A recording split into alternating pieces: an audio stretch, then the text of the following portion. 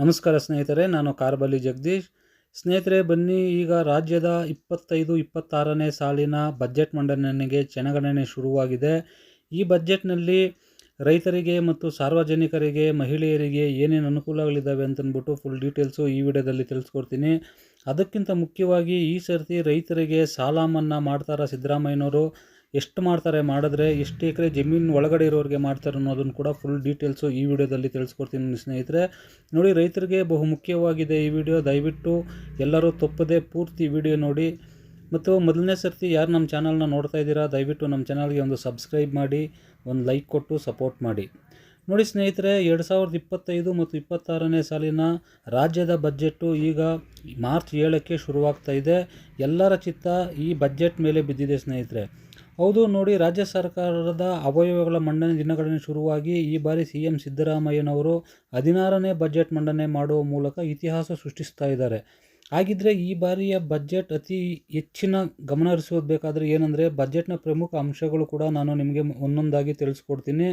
ಈಗಾಗಲೇ ರಾಜ್ಯ ವಿಧಾನಮಂಡಲದಲ್ಲಿ ಅಧಿವೇಶನ ಆರಂಭವಾಗಿದೆ. ಈ ಅಧಿವೇಶನ ಮಾರ್ಚ್ 3ರಿಂದ 21ರವರೆಗೆ ನಡೆಯಲಿದೆ.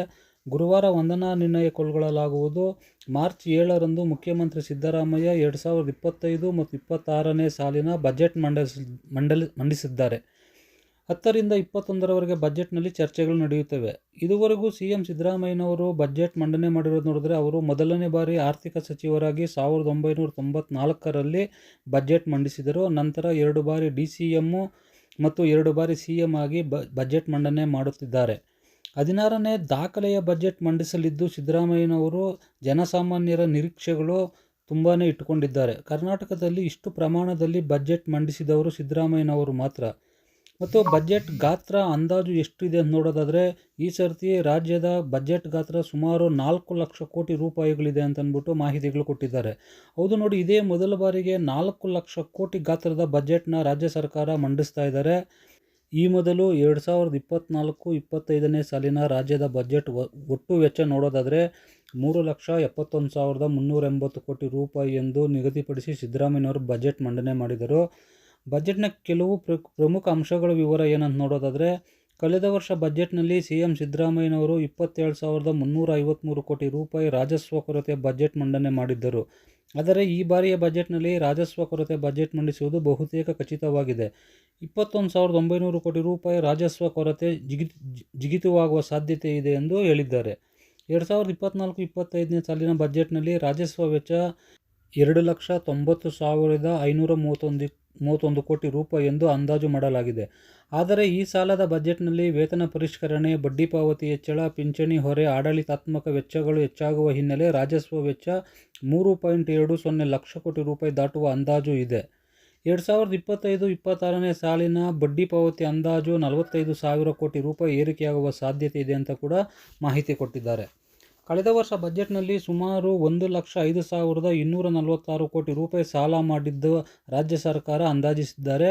2025-26ನೇ ಸಾಲಿನಲ್ಲಿ ಇನ್ನೂ ಹೆಚ್ಚಿನ ಸಾಲ ಮಾಡಬಹುದು ಅಂತಂದ್ಬಿಟ್ಟು ಕೂಡ ಸಲಹೆಗಳನ್ನು ಕೊಟ್ಟಿದ್ದಾರೆ.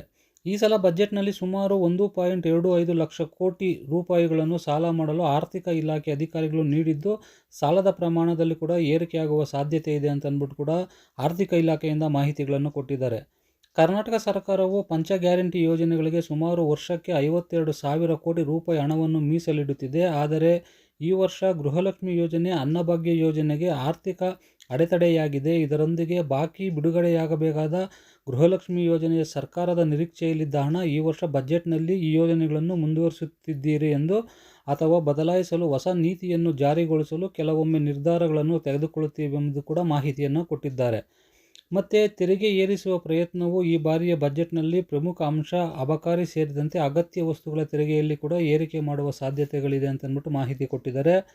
ಬಜೆಟ್ಗೆ ಸಂಬಂಧಿಸಿದಂತೆ ಸಾರ್ವಜನಿಕ ಶಿಕ್ಷಣ, ಆರೋಗ್ಯ ಮತ್ತು ಕುಟುಂಬ ಕಲ್ಯಾಣ, ಆಹಾರ ಮತ್ತು ನಾಗರಿಕ ಸರಬರಾಜು, ಸಮಾಜ ಕಲ್ಯಾಣ ಇಲಾಖೆ, ಕೃಷಿ, ತೋಟಗಾರಿಕೆ, ವಸತಿ, ಉನ್ನತ ಶಿಕ್ಷಣ, ವೈದ್ಯಕೀಯ ಶಿಕ್ಷಣ ಮತ್ತು ಮಹಿಳಾ ಮತ್ತು ಮಕ್ಕಳ ಅಭಿವೃದ್ಧಿ ಸೇರಿದಂತೆ ಪ್ರಮುಖ ಇಲಾಖೆಗಳ ಅಧಿಕಾರಿಗಳೊಂದಿಗೆ ಸಭೆ ನಡೆಸಲಿದ್ದಾರೆ. ಶಿಕ್ಷಣ, ಆರೋಗ್ಯ, ಕೃಷಿ ಇಲಾಖೆಗಳಿಗೆ ಹೆಚ್ಚಿನ ನೆರವು ನೀಡಬಹುದು ಎಂದು ಮಾಹಿತಿಗಳನ್ನು ಕೊಟ್ಟಿದ್ದಾರೆ. ಅದರಲ್ಲೂ ಬಹುಮುಖ್ಯವಾಗಿ ರಾಜ್ಯದ ಸಣ್ಣ ರೈತರು ಮತ್ತು ಅತಿ ಸಣ್ಣ ರೈತರು ಯಾರಿದ್ದೀರಾ 5 ಎಕರೆಗಳಿಗಿಂತ ಕಡಿಮೆ ಇರೋ ರೈತರಿಗೆ ಏನಾದರೂ ಹೊಸ ಒಂದು ಗಿಫ್ಟ್ ಕೊಡ್ತೀವಿ ಅಂತ ಅಂದ್ಬಿಟ್ಟು ಕೂಡ ಮಾಹಿತಿಗಳು ನಡೀತಾ ಇದೆ ಅಂತ ಹೇಳಿದ್ದಾರೆ ಸ್ನೇಹಿತರೆ. ನಾನು ನಿಮಗೆ 5 ಎಕರೆಗಿಂತ ಕೆಳಗಡೆ ಇರೋ ರೈತರಿಗೆ ಏನು ನ್ಯೂಸ್ ಇದೆ ಅಂತಂದ್ಬಿಟ್ಟು ಮುಂದಿನ ವಿಡಿಯೋದಲ್ಲಿ ಮುಂದೆ ತಿಳಿಸ್ಕೊಡ್ತೀನಿ. ಮತ್ತು ಮುಖ್ಯವಾಗಿ ಇನ್ನೊಂದು ವಿಷಯ ಏನಂದರೆ, ಸಾಂಸ್ಕೃತಿಕ ನಗರಿ ಮೈಸೂರನ್ನು ಅಭಿವೃದ್ಧಿ ಮಾಡ್ತಾ ಇಲ್ಲ ಸಿದ್ದರಾಮಯ್ಯನವರನ್ನು ಆಪಾದನೆ ಕೂಡ ಸಿದ್ದರಾಮಯ್ಯನವ್ರ ಮೇಲೆ ಕೇಳಿ ಬರ್ತಾ ಇದೆ. ಆ ಕಾರಣಕ್ಕೆ ಈ ಸರ್ತಿ ಮೈಸೂರು ಮತ್ತು ನಿರೀಕ್ಷಿತ ಕೊಡುಗೆಗೆ ಸಿಕ್ಕಿಲ್ಲ ಎನ್ನುವ ಅಭಿಪ್ರಾಯ ಇರೋದರಿಂದ ಮೈಸೂರು ಅಭಿವೃದ್ಧಿಗೆ ಹೆಚ್ಚಿನ ಒತ್ತು ನೀಡುವ ಸಾಧ್ಯತೆಗಳಿದೆ ಅಂತ ಅಂದ್ಬಿಟ್ಟು ಕೂಡ ಮಾಹಿತಿಯನ್ನು ಕೊಟ್ಟಿದ್ದಾರೆ. ಅದರ ಜೊತೆಗೆ ನೋಡಿ, ಇರೋರಿಗೂ ಕೂಡ ಗುಡ್ ನ್ಯೂಸ್ ಅಂತಲೇ ಹೇಳ್ಬೋದು. ಏನಕ್ಕೆ ಅಂತಂದರೆ, ಬೃಹತ್ ಬೆಂಗಳೂರು ಮಹಾನಗರ ಪಾಲಿಕೆಯಲ್ಲಿ ತುಂಬ ದಿನಗಳಿಂದ ತುಂಬ ಕೆಲಸಗಳಾಗ್ತಾ ಇಲ್ಲ, ರಸ್ತೆಗಳೆಲ್ಲ ಹಾಳಾಗಿದೆ, ನೀರಿನ ವ್ಯವಸ್ಥೆ ಸರಿಯಾಗಿಲ್ಲ ಅಂತ ಅಂದ್ಬಿಟ್ಟು ಮಾಹಿತಿಗಳು ಕೇಳ್ತಾ ಇದೆ. ಆ ಕಾರಣದಿಂದ ಬೆಂಗಳೂರು ಅಭಿವೃದ್ಧಿಗೂ ಕೂಡ ಈ ಸರ್ತಿ ಹೆಚ್ಚಿನ ಹಣವನ್ನು ನೀಡ್ತೀವಿ ಅಂತಂದ್ಬಿಟ್ಟು ಸರ್ಕಾರದಿಂದ ಮಾಹಿತಿಗಳು ಕೊಡ್ತಾ ಇದ್ದಾರೆ ಸ್ನೇಹಿತರೆ. ಹಾಗಿದ್ರೆ ಏನೇನಿದೆ ಅಂತ ನೋಡೋದಾದರೆ, ಬೃಹತ್ ಬೆಂಗಳೂರು ಮಹಾನಗರ ಪಾಲಿಕೆ ವ್ಯಾಪ್ತಿ ದೊಡ್ಡದಾಗಿದೆ, ಅಭಿವೃದ್ಧಿಗೆ ಅಡ್ಡಿಯಾಗ್ತಾ ಇದೆ ಅನ್ನೋ ಅಭಿಪ್ರಾಯ ಹಿನ್ನೆಲೆಯಲ್ಲಿ BBMPಯನ್ನು 7 ಪಾಲಿಕೆಗಳಾಗಿ ವಿಂಗಡಿಸಿ ಆಡಳಿತ ವಿಕೇಂದ್ರೀಕರಣ ಒತ್ತು ನೀಡುವ ನಿರೀಕ್ಷೆ ಇವೆ ಅಂತ ನಮ್ಮ ಸರ್ಕಾರದ ರೈತರ ಹಿತ ಕಾಪಾಡುವಲ್ಲಿ ಹಿಂದೆ ಬಿದ್ದಿಲ್ಲ ಅಂತ ಕೂಡ ಹೇಳಿದ್ದಾರೆ. ಕೃಷಿಕರಿಗೆ ಪೂರಕವಾಗಿರ್ತೀವಿ ಎಂದು ಮಾತು ಕೂಡ ಕೊಡ್ತೀನಿ ಅಂತಂದ್ಬಿಟ್ಟು ಕೂಡ ಹೇಳಿಕೆಯನ್ನು ಸಹ ನೀಡಿದ್ದಾರೆ. ಮುಖ್ಯವಾಗಿ ರಾಜ್ಯದಲ್ಲಿ ಕೃಷಿಕರೇ ಈ ದೇಶದ ಬೆನ್ನೆಲುಬು ಅಂತ ಹೇಳ್ತಾರೆ. ಆ ಕಾರಣದಿಂದ ನಾವು ರಾಜ್ಯದ ಕೃಷಿಕರನ್ನು ಯಾವುದೇ ಕಾರಣಕ್ಕೂ ಕೈ ಬಿಡೋದಿಲ್ಲ, ಅವರನ್ನು ಮೇಲೆತ್ತುವುದೇ ನಮ್ಮ ಗುರಿ ಅಂತಂದ್ಬಿಟ್ಟು ಸಿದ್ದರಾಮಯ್ಯನವರು ಕೂಡ ಹೇಳಿದ್ದಾರೆ ಅಂತಂದ್ಬಿಟ್ಟು ಮಾಹಿತಿಗಳು ಕೊಟ್ಟಿದ್ದಾರೆ ಸ್ನೇಹಿತರೆ. ಹಾಗಿದ್ರೆ ನೋಡಿ, ಕೃಷಿಕರಿಗೆ ಏನೇನು ಅನುಕೂಲಗಳಿದ್ದಾವೆ ಈ ಬಜೆಟ್ನಲ್ಲಿ ಅಂತ ನೋಡೋದಾದರೆ, ಸರ್ಕಾರದಿಂದ ಬಂದಿರೋ ಮಾಹಿತಿಗಳೇನಪ್ಪ ಅಂತಂದರೆ, 4 ಎಕರೆಗಿಂತ ಇಲ್ಲ 5 ಎಕರೆಗಿಂತ ಕಡಿಮೆ ಇರುವ ಸಣ್ಣ ರೈತರು ಯಾರಿದ್ದೀರೋ ಅವ್ರಿಗೆಲ್ಲರಿಗೂ 1.5 ಲಕ್ಷ ರೂಪಾಯಿವರೆಗೂ ಸಾಲ ಮನ್ನಾ ಮಾಡುವ ಯೋಚನೆಯಲ್ಲಿ ಕೂಡ ಸರ್ಕಾರದವರು ಇದ್ದಾರೆ. ನೋಡಿ, ತುಂಬ ಕಡೆ ಮಾತಾಡ್ಕೊತಾ ಇದ್ದಾರೆ, ರಾಜ್ಯ ಸರ್ಕಾರ ಈಗಾಗಲೇ ಆಲ್ರೆಡಿ ಲಾಸಲ್ಲಿ ನಡೀತಾ ಇದೆ, ಹಣಕಾಸು ಇಲಾಖೆಯಲ್ಲಿ ಹಣ ಇಲ್ಲ, ಹಾಗಾದರೆ ಇವರು ಹೆಂಗೆ ಸಾಲ ಮನ್ನಾ ಮಾಡ್ತಾರೆ ಅಂತ ಹೇಳ್ತಾ ಇದ್ದಾರೆ. ಆದರೆ ಸರ್ಕಾರದವ್ರು ಹೇಳ್ತಿರೋದು, ಪ್ರತಿ ತಿಂಗಳು ನಮಗೆ ಗ್ಯಾರಂಟಿ ಯೋಜನೆಗಳಿಗೆ 50,000 ಕೋಟಿ ಬೇಕು, ಅದನ್ನೇ ನಾವು ರೆಡಿ ಮಾಡ್ಕೊಂಡು ಎಲ್ಲರ ಖಾತೆಗಳಿಗೆ ಹಣ ಜಮೆ ಮಾಡ್ತಾ ಇದ್ದೀವಿ. ಆ ಕಾರಣಕ್ಕೆ ವರ್ಷಕ್ಕೊಂದು ಸರ್ತಿ ರೈತರಿಗೆ ಅಂದರೆ ಕೃಷಿಕರಿಗೆ 1,00,000 ಕೋಟಿ ಆಗ್ಬೋದು ಸಾಲ ಮನ್ನಾ ಮಾಡೋದಕ್ಕೆ, ಅದನ್ನು ನಾವು ಈ ಸರ್ತಿ ಸಾಲ ಮನ್ನಾ ಮಾಡ್ತೀವಿ ಅಂತಂದ್ಬಿಟ್ಟು ಮಾಹಿತಿಗಳು ಕೊಟ್ಟಿದ್ದಾರೆ ಅಂತಂದ್ಬಿಟ್ಟು ಹೇಳ್ತಾ ಇದ್ದಾರೆ ಸ್ನೇಹಿತರೆ. ನೋಡಿ, ನೀವು ರೈತರು ಯಾರೆಲ್ಲ ಇದ್ದೀರಾ, ನಿಮಗೆ ಗುಡ್ ನ್ಯೂಸ್ ಅಂತಲೇ ಹೇಳ್ಬೋದು. ಏಕೆ ಅಂತಂದರೆ, 1.5 ಲಕ್ಷ ಸಾಲ ಮನ್ನಾ ಆದರೆ ಸಣ್ಣ ರೈತರು ಮತ್ತು ಅತಿ ಸಣ್ಣ ರೈತರಿಗೆ ತುಂಬಾ ಅನುಕೂಲ ಆಗುತ್ತೆ. ನೋಡಿ ಸ್ನೇಹಿತರೆ, ಈಗ 2025-26ನೇ ಸಾಲಿನ ಬಜೆಟ್ ಬಗ್ಗೆ ಮಾಹಿತಿ ಇದು. ಈ ವಿಡಿಯೋ ನಿಮಗೆ ಇಷ್ಟ ಆಗಿದೆ ಅನ್ಕೋತೀನಿ. ಯಾರೆಲ್ಲ ಈ ವಿಡಿಯೋ ನೋಡ್ತಾ ಇದ್ದೀರಾ, ದಯವಿಟ್ಟು ನಮ್ಮ ಚಾನಲ್ಗೆ ಒಂದು ಸಬ್ಸ್ಕ್ರೈಬ್ ಮಾಡಿ ಮತ್ತು ಒಂದು ಲೈಕ್ ಕೊಟ್ಟು ಸಪೋರ್ಟ್ ಮಾಡಿ. ಥ್ಯಾಂಕ್ ಯು, ಧನ್ಯವಾದಗಳು, ಶುಭ ದಿನ.